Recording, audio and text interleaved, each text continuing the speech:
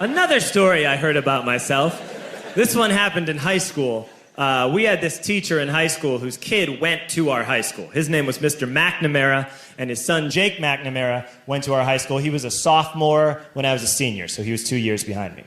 And Mr. McNamara was an asshole. And one weekend, he and his wife decided to leave town, which you should never do if you're an asshole. And Jake McNamara decided to throw a party at the teacher's house. Hooray! And everyone around town heard about it, and we all got up individually and thought, okay, let's go over there and destroy the place. I walked into this party, everyone I had ever met was there, and everyone was drinking like it was the end of the world. People were drinking like it was the Civil War and a doctor was coming to saw our legs off. It was totally unsupervised. We were like dogs without horses. We were running wild. I walked down to the basement. They had a pool table in the basement. One dude took a running start and threw his body onto the pool table and broke it in half. Another kid found out which room was Mr. McNamara's and went upstairs and took a shit on his computer. So the party was going great.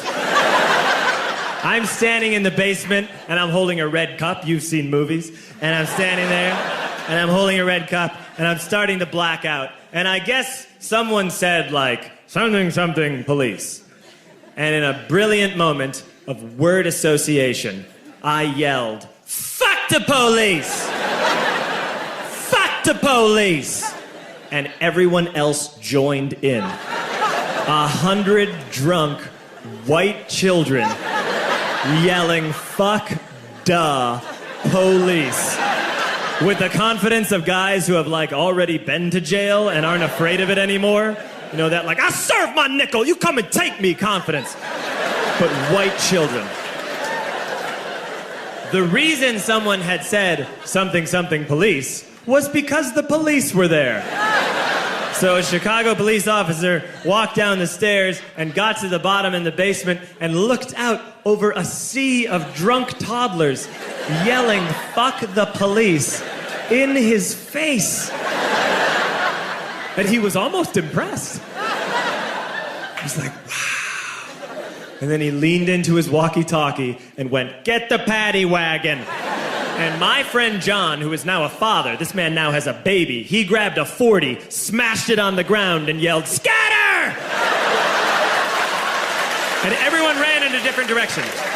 We all ran in different directions. It was like that scene in Ratatouille when the humans come in the kitchen and all the rats go in different ways. We all ran in different directions. I ran into the laundry room, and I jumped up on the washing machine, and I crawled out through a window into the backyard, and now I'm running through the backyard, and there was this big chain link fence, and I thought, I've never climbed a fence that high before. And then I woke up at home.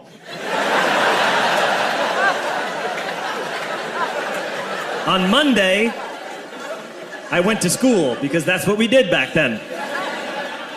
And I'm walking into the school building, and who do I see but Jake McNamara? And he says to me, hey, were you at my party on Saturday? And I said, no. You know, like a liar. And he said things got really out of hand. Someone broke the pool table. Someone took a shit on my dad's computer.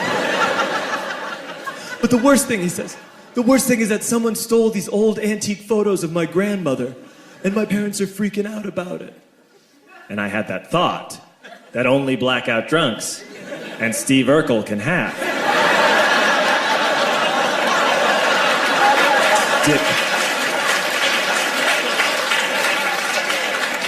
Did I do that?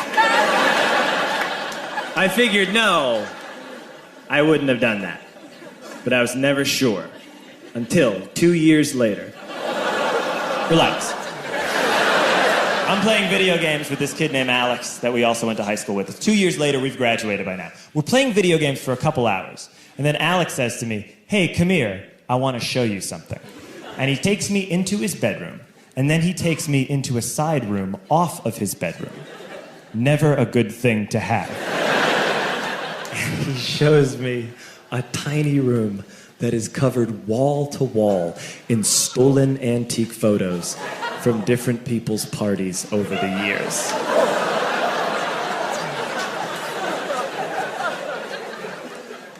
said, why? Why do you do this? And Alex said, because it's the one thing you can't replace.